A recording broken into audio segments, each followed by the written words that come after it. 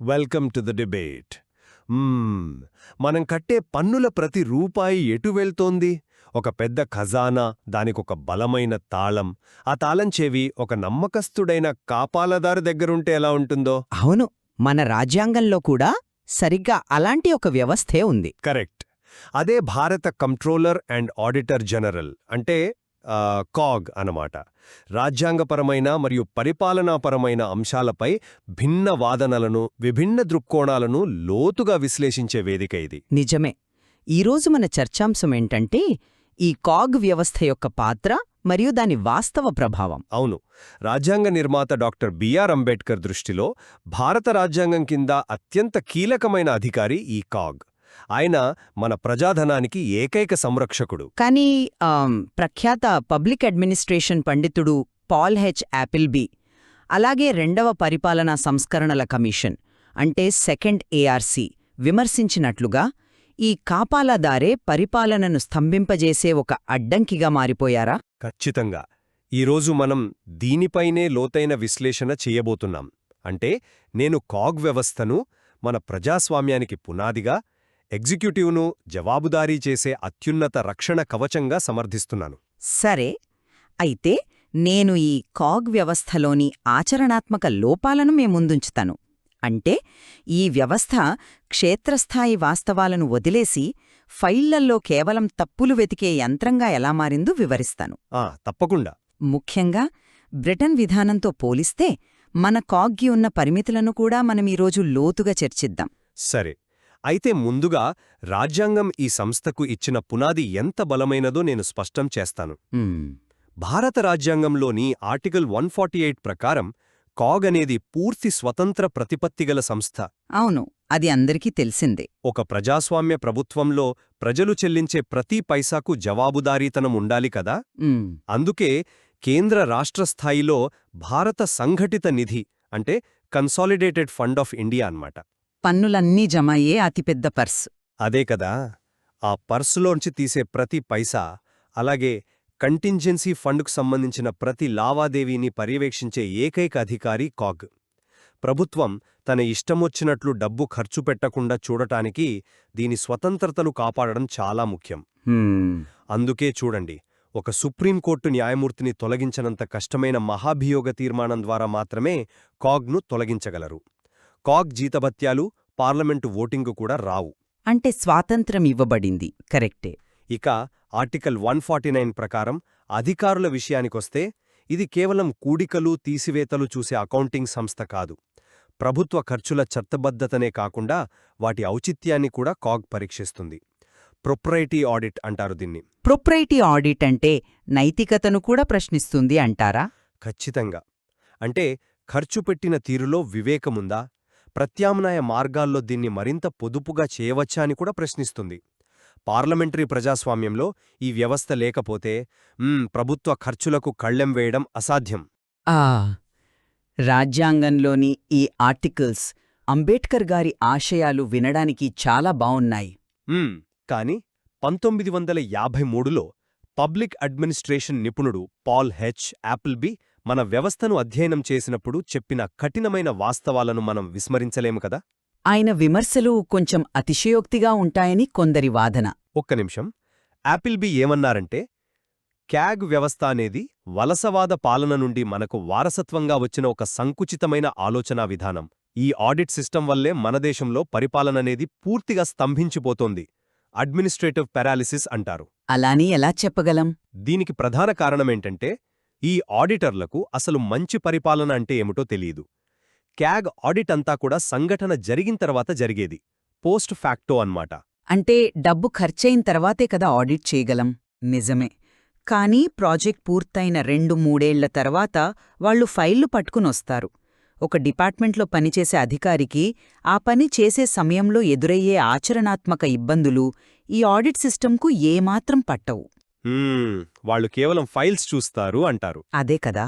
వాళ్లు కేవలం ఒక ఏసీ గదిలో కూర్చొని కాగితాలు చూసి తప్పులు వెతుకుతారు. దీనివల్ల ఏమవుతోందంటే ఒక అధికారి స్వతంత్రంగా, వేగంగా ఒక నిర్ణయం తీసుకోవాలంటే 1కి 10 సార్లు భయపడే పరిస్థితి వచ్చింది. నిర్ణయాలు తీసుకోవడానికి భయపడతారు. అవును. ఒక ప్రజాస్వామ్యంలో ప్రభుత్వ యంత్రాంగం వేగంగా పనిచెయ్యకుండా ఆగిపోవడం కంటే పెద్ద నష్టం ఇంకేమైనా ఉంటుందా? చూడండి, మీరు చెప్పినట్లు పరిపాలనలో వేగముండాలి, నిర్ణయాలు తీసుకునే స్వేచ్ఛ అధికారులకుండాలి, దాన్ని నేనేమీ కాదనట్లేదు. కానీ ఒకసారి ఆలోచించండి, పన్నులు కట్టే సామాన్యుడి డబ్బుతో రిస్క్ తీసుకునే హక్కు ఎగ్జిక్యూటివ్కి ఎవరిచ్చారు? పార్లమెంట్ ఏ ఉద్దేశం కోసం డబ్బు కేటాయించిందో దానికి మాత్రమే ఖర్చు పెట్టాలి కదా. ఖర్చు పెట్టాలి, కానీ మీరన్నట్లు అధికారులు తప్పులు చేయకుండా ఉంటే ఆడిటర్లకు భయపడాల్సిన అవసరమేముంది? ఈ పర్యవేక్షణ కోసమే మనం పబ్లిక్ అకౌంట్స్ కమిటీని ఏర్పాటు చేసుకున్నాం, అంటే పిఏసి. ఆ పీఏసీ గురించి నేను కూడా మాట్లాడదామనుకుంటున్నాను. ఒక్క నిమిషం చెప్పనివ్వండి. పిఏసి అంటే పార్లమెంట్లో అధికార మరియు ప్రతిపక్ష పార్టీల ఎంపీలతో కూడిన ఒక అత్యున్నత కమిటీ. ఈ పిఏసికి కాగ్ ఒక మార్గదర్శి, స్నేహితుడు మరియు తత్వవేత్తలాగా పనిచేస్తుంది. వినడానికి చాలా బావుంది. కాగిచ్చే టెక్నికల్ నివేదికల ఆధారంగానే పిఏసి మంత్రులను, సెక్రటరీలను పార్లమెంటుకు పిలిపించి నిలదీస్తుంది. ప్రజాస్వామ్యంలో అకౌంటబిలిటీని, అనగా జవాబుదారీతనాన్ని నిర్ధారించడానికి ఇంతకంటే బలమైన మెకానిజం ఏముంటుంది? నేనీ వాదనతో ఏకీభవించలేను. ఎందుకు? జవాబుదారీతనం వస్తోందని మీరొక సైద్ధాంతికమైన మాట చెప్తున్నారు, కాని వాస్తవంగా ఏం జరుగుతుందో సెకండ్ ఏఆర్సీ ఇచ్చిన గణాంకాలని చూస్తే మీకే అర్థమవుతుంది. ఏముంది ఆ గణాంకాలు? ప్రతి సంవత్సరం కాక్ పార్లమెంటుకు దాదాపు 1000 నుండి 1500 పేరాలతో కూడిన భారీ నివేదికలను సమర్పిస్తోంది.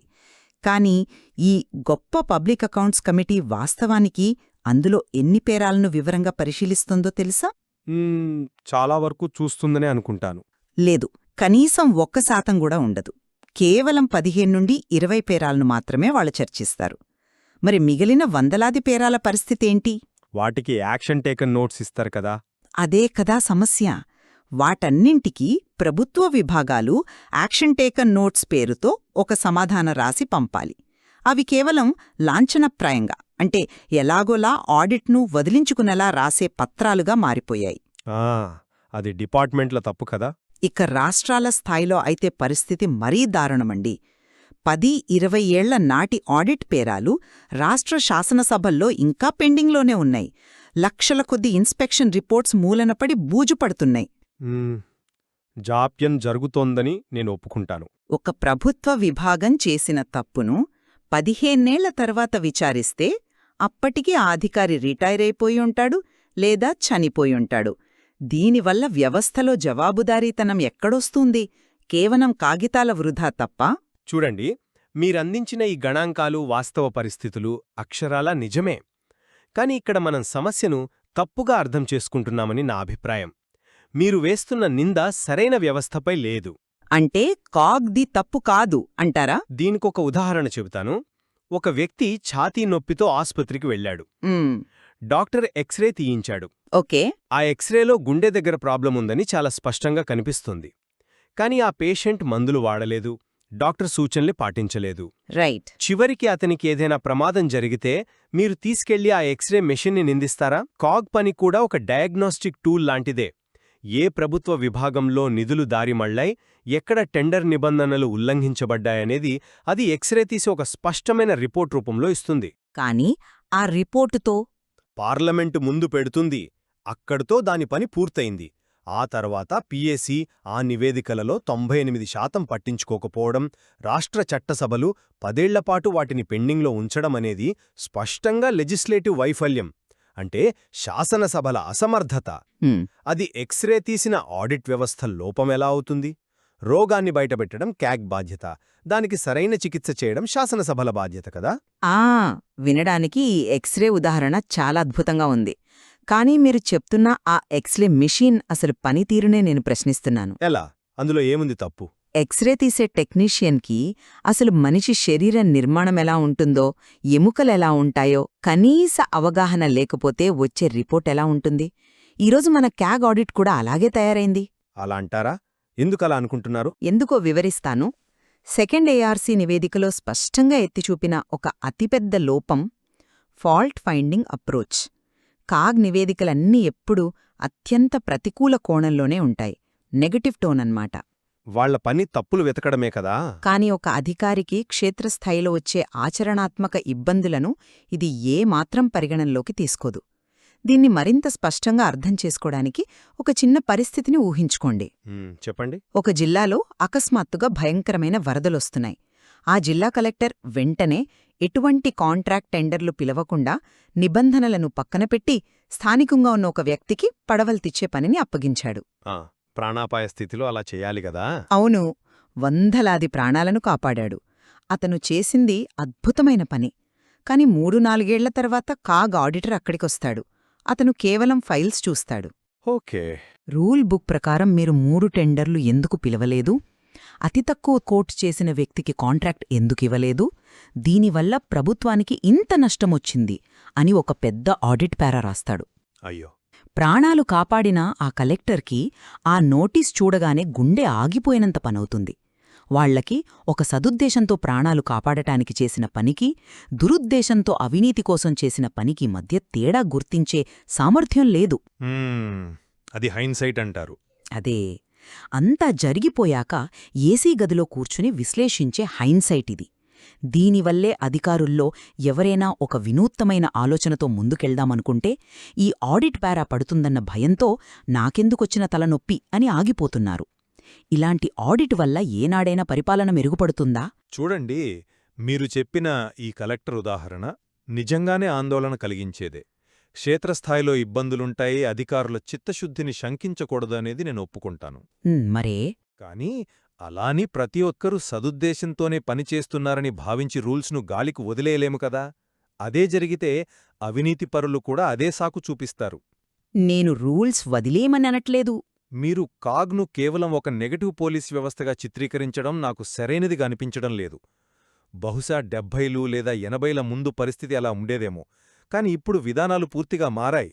ఏం మారాయి? మీరు గమనిస్తే 2006లో కేంద్ర ఆర్థిక మంత్రిత్వ శాఖ ఒక కీలకమైన మెమోరాండం విడుదల చేసింది. దీని ప్రకారం కాగ్ ఇప్పుడు కేవలం లెక్కలు చూసే అకౌంటింగ్ ఆడిట్కే లేదా నిబంధనల ఉల్లంఘనలు వెతికే ఆడిట్కే పరిమితం కాలేదు. అయితే ఇంకేం చేస్తున్నారు? వాళ్ళు పర్ఫార్మెన్స్ ఆడిట్ అనబడే పనితీరు మూల్యాంకనాన్ని చాలా సమర్థవంతంగా చేస్తున్నారు. ఈ పర్ఫార్మెన్స్ ఆడిట్ వల్ల క్షేత్రస్థాయిలో పెద్దగా మారిన పరిస్థితి ఏముంది? చాలా మార్పుంది. ఈ పర్ఫార్మెన్స్ ఆడిట్ ఉద్దేశ్యం కేవలం రసీదులు, బిల్లులు సరిచూసుకోవడం కాదు. ప్రభుత్వ నిధులు కేవలం ఖర్చు కావడం మాత్రమే కాదు, అసలు ఏ సామాజిక మరియు ఆర్థిక లక్ష్యాల కోసం ఆ నిధులు కేటాయించబడ్డాయో, అవి ఎంతవరకు సాధించబడ్డాయో అంచనా వేయడం. ఒక ఉదాహరణ చెప్తారా? ఖచ్చితంగా.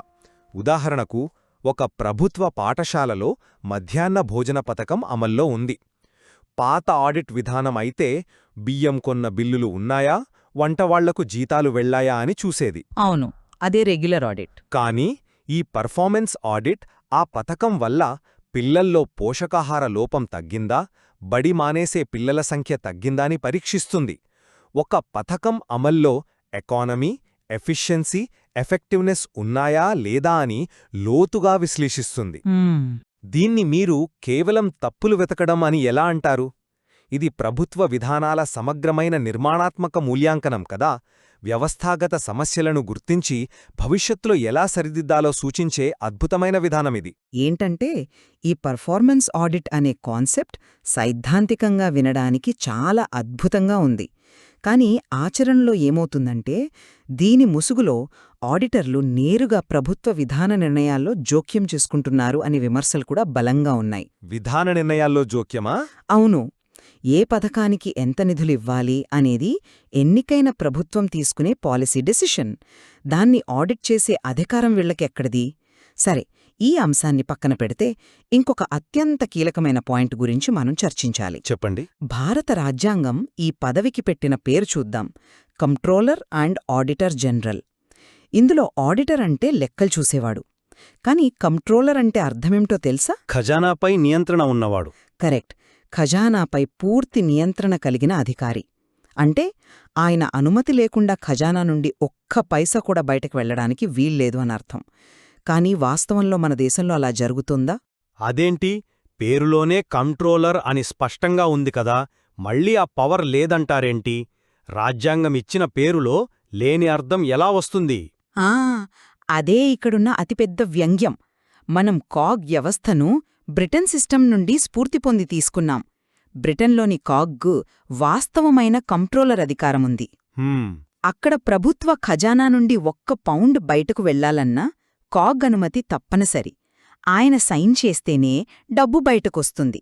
కాని మన భారతదేశంలో ఆ విధానం లేదు. అయితే ఇక్కడ ఎలా జరుగుతుంది? ఇక్కడ ప్రభుత్వ విభాగాలు తమకు కేటాయించిన బడ్జెట్ ప్రకారం ముందుగానే డబ్బు డ్రా చేసుకుంటాయి, కాంట్రాక్టర్లకు బిల్లులు చెల్లించేస్తాయి. అంతా అయిపోయి, డబ్బు ఖర్చయిపోయి, బూడిద మాత్రమే మిగిలాక అప్పుడు మన కాగ్గారు తనిఖీ చేయడానికి వస్తారు. పోస్ట్ మార్టం ఆడిట్ అంటారు దీన్ని. అదే కదా, ఖర్చు కాకముందే ఆపి జరగబోయే నష్టాన్ని నివారించే అధికారం మన కాగ్గు ఎక్కడుంది? ఆ పవరే లేనప్పుడు వీళ్లను కంట్రోలర్ అని పిలవడం ఒక భ్రమ కాదా? ఇది కేవలం ఆడిటర్ జనరల్ వ్యవస్థ మాత్రమే. అది ఒక పాయింటే. దీనికి తోడు ఇంకో ఉదాహరణ చూడండి. మన దేశంలో సీక్రెట్ సర్వీస్ ఎక్స్పెండిచర్ అని ఒకటుంటుంది. అంటే ఇంటెలిజెన్స్ బ్యూరో లేదా రా వంటి భద్రతా సంస్థలు చేసే రహస్య కార్యకలాపాల ఖర్చులు. అవును, దేశ భద్రతకు సంబంధించినవి. ఈ ఖర్చుల విషయంలో కాగ్కు ఎటువంటి తనిఖీ అధికారమూ లేదు. ఆ విభాగం అధిపతి మేము ఇంత డబ్బు జాతీయ భద్రత కోసం ఖర్చు చేశాము అని ఒక సర్టిఫికెట్ ఇస్తే కాగ్ దాని గుడ్డిగా అంగీకరించాల్సిందే. దాని వెనుక బిల్లులు అడిగే హక్కు లేదు. అలాగే పెద్ద పెద్ద ప్రభుత్వ కార్పొరేషన్లు, ఎల్ఐసి లేదా ఎస్బీఐ లాంటి సంస్థల ఆడిట్ చూస్తే అవి పూర్తిగా ప్రైవేట్ చార్టర్డ్ అకౌంటెంట్లు చేస్తారు. మరి ఈ వ్యవస్థను ప్రజాధనానికి సంపూర్ణ కాపలాదారు అని మనం ఎలా అనగలం? చూడండి, మీరు బ్రిటన్ సిస్టంతో పోల్చి అడిగిన ప్రశ్నలు చాలా లాజికల్గా ఉన్నాయి. మన కాగ్కు నిధులు డ్రా చేయకముందే ఆపే కంట్రోలర్ అధికారం లేదు అనేది సాంకేతికంగా ముమ్మాటికి నిజమే. మీరు కూడా ఒప్పుకుంటున్నారు? అవును, కానీ మన దేశ భౌగోళిక పరిపాలనా పరిమాణం ఎలాంటిదో మీరు ఆలోచించండి. Scale of administration. ఢిల్లీ నుండి గల్లీదాకా లక్షలాది ప్రభుత్వ కార్యాలయాలు ప్రతిరోజూ వేలాది లావాదేవీలు చేస్తాయి. ప్రతి చిన్న ఖర్చుకు కాగ్ నుండి ముందస్తు అనుమతి రావాలి అంటే మన దేశ పరిపాలనా యంత్రాంగం పూర్తిగా కుప్పకూలిపోతుంది. అంటే ప్రాక్టికల్ కాదు అంటారు? ఖచ్చితంగా కాదు. ఏ పని జరగదు. అందుకే మన రాజ్యాంగ నిర్మాతలు ఎంతో తెలివిగా కాంట్రోలర్ అధికారాన్ని ఆచరణలో పెట్టలేదు. కానీ ఈ లోపాన్ని పూడ్చడానికి ఆర్టికల్ 149 ద్వారా కాగ్కు అత్యంత విస్తృతమైన పర్యవేక్షణ అధికారాలు ఇచ్చారు. ఆ అధికారాలు ఎంతవరకు ఉపయోగపడుతున్నాయో కదా? లేదు, కాగ్కు భారతదేశంలో ఏ ప్రభుత్వ కార్యాలయాన్నైనా ఎప్పుడైనా తనిఖీ చేయడానికి నేరుగా వెళ్లే అధికారముంది. ఏ లావాదేవీనైనా ప్రశ్నించడానికి, ఏ ఫైల్నైనా, ఎంతటి రహస్యపత్రాన్నైనా సరే తమ ముందు ఉంచాలని కోరే హక్కు వాళ్లకుంది. అది వాస్తవమే. ఇక రహస్య భద్రతా ఖర్చుల విషయానికొస్తే మీరు చెప్పినట్లు అది జాతీయ భద్రతకు సంబంధించిన అత్యంత సున్నితమైన అంశం. ఒక ఇంటెలిజెన్స్ ఆపరేషన్ కోసం డబ్బు ఖర్చు పెడితే దానికి ఎవరికిచ్చారు, ఎందుకిచ్చారు అని బిల్లులిస్తే ఆ రహస్యం రేపు పబ్లిక్ డొమైన్లోకొస్తే దేశ భద్రతకే ముప్పు కదా? అది కూడా కరెక్టే అనుకోండి. ఇలాంటి కొన్ని హేతుబద్ధమైన పరిమితులుండటం రాజ్య భద్రతకు అత్యవసరం. దాన్ని ఆడిట్ వ్యవస్థ వైఫల్యం అని మనం అనలేము. అలాగే మీరు ప్రభుత్వ కంపెనీల ఆడిట్ గురించి ప్రస్తావించారు. అనును, ప్రైవేట్ వాళ్లు చేస్తానన్నాను. ఆ ప్రైవేట్ ఆడిటర్లను నియమించేది కూడా కేంద్ర ప్రభుత్వం నేరుగా కాదు, కాగ్ సూచనల మేరకే. అంతేకాదు, వాళ్ళు ఇచ్చిన నివేదికలను కాగ్ మళ్లీ పరిశీలిస్తుంది. అవసరమైతే సప్లిమెంటరీ ఆడిట్ లేదా టెస్ట్ ఆడిట్ చేసే ప్రత్యేక అధికారం కాగ్కు ఉంది. ఒక లేయర్ ఆఫ్ కంట్రోల్ ఉంటుంది. ఖచ్చితంగా. అంటే పరోక్షంగా ప్రభుత్వ నిధులు ఎక్కడున్నా సరే, అది స్వయం ప్రతిపత్తి గల కార్పొరేషన్లో అయినా ఎన్జిఓలో అయినా సరే, వాటన్నింటిపై కాగ్ తన కన్ను వేసి ఉంచుతుంది. ఇది చాలా పకడ్బందీగాలిన ఒక ఆర్థిక నియంత్రణ వలయం. నియంత్రణ వలయమైతే కాగితాల మీద బలంగానే అల్లారు. కాని ఆ వలయం ఆచరణలో ఎలా పనిచేస్తోంది అన్నదే ఇక్కడ మనం అడగాల్సిన అసలు ప్రశ్న. ఎక్కడ లోపముందంటారు? సెకండ్ ARC నివేదిక ఇక్కడే ఒక అద్భుతమైన పాయింట్ని లేవనెత్తింది. అది ఇంటర్నల్ ఆడిట్కు, ఎక్స్టర్నల్ ఆడిట్కు మధ్య సమన్వయం లేకపోవడం. Internal audit. అవును, కాగనేది ఎక్స్టర్నల్ ఆడిట్, బాహ్య తనిఖీ. వాస్తవానికి ప్రభుత్వం లోపల ప్రతి డిపార్ట్మెంట్లోనూ ఇంటర్నల్ ఆడిట్ వ్యవస్థ ఉంటుంది. ఆ ఇంటర్నల్ ఆడిట్ బలంగా ఉండి రోజువారీ తప్పులను ఎప్పటికప్పుడు సరిచేసుకుంటే కాగ్ సంవత్సరాల తర్వాత వచ్చి ప్రతి చిన్న ఫైల్ను తవ్వుకుంటూ కూర్చోవాల్సిన అవసరం రాదు కదా. అవును, ఆ భారం తగ్గుతుంది. కానీ మన దగ్గర ఇంటర్నల్ ఆడిట్ పూర్తిగా నిర్వీర్యమైపోయింది. మరో ముఖ్యమైన విషయం, ఇందాక మీరు ఎక్స్రే మెషిన్తో పోల్చారు కదా, నేనంటాను ఆ ఎక్స్రే తీసే ప్రాసెస్లో డాక్టర్కీ పేషెంట్కీ మధ్య ఉన్న సంబంధం ఏమాత్రం ఆరోగ్యకరంగా లేదు. అంటే ఆడిటర్కు డిపార్ట్మెంట్కు మధ్య. ఖచ్చితంగా. ఆడిట్ అధికారులను చూస్తే ప్రభుత్వ విభాగాలు ఒక విలన్లాగా, తమను జైలుకు పంపటానికొచ్చిన ఒక పోలీస్లాగా చూస్తున్నాయి. ఇదొక శత్రుత్వంతో కూడిన వాతావరణం. వాస్తవానికి ఆడిట్ అనేది ఒక ప్రభుత్వ వ్యవస్థ తన లోపాలను తెలుసుకుని మెరుగుపరుచుకోవటానికి సహాయపడే ఒక మేనేజ్మెంట్ టూల్. ఒక సహాయకారిగా ఉండాలి. అవును, కాని దురదృష్టవశాత్తు మన దేశంలో ఎవరూ దాన్ని ఆ కోణంలో చూడటం లేదు. ఈ పరిస్థితి మారనంత కాలం కాగు వ్యవస్థ ఎంత విస్తృత అధికారాలున్నా కూడా అది కేవలం ఒక పోస్ట్మార్టం చేసే విభాగంగానే మిగిలిపోతోంది తప్ప పాలనను భవిష్యత్తు వైపు నడిపించే ఒక నిర్మాణాత్మక సంస్థగా ఎప్పటికీ మారదు.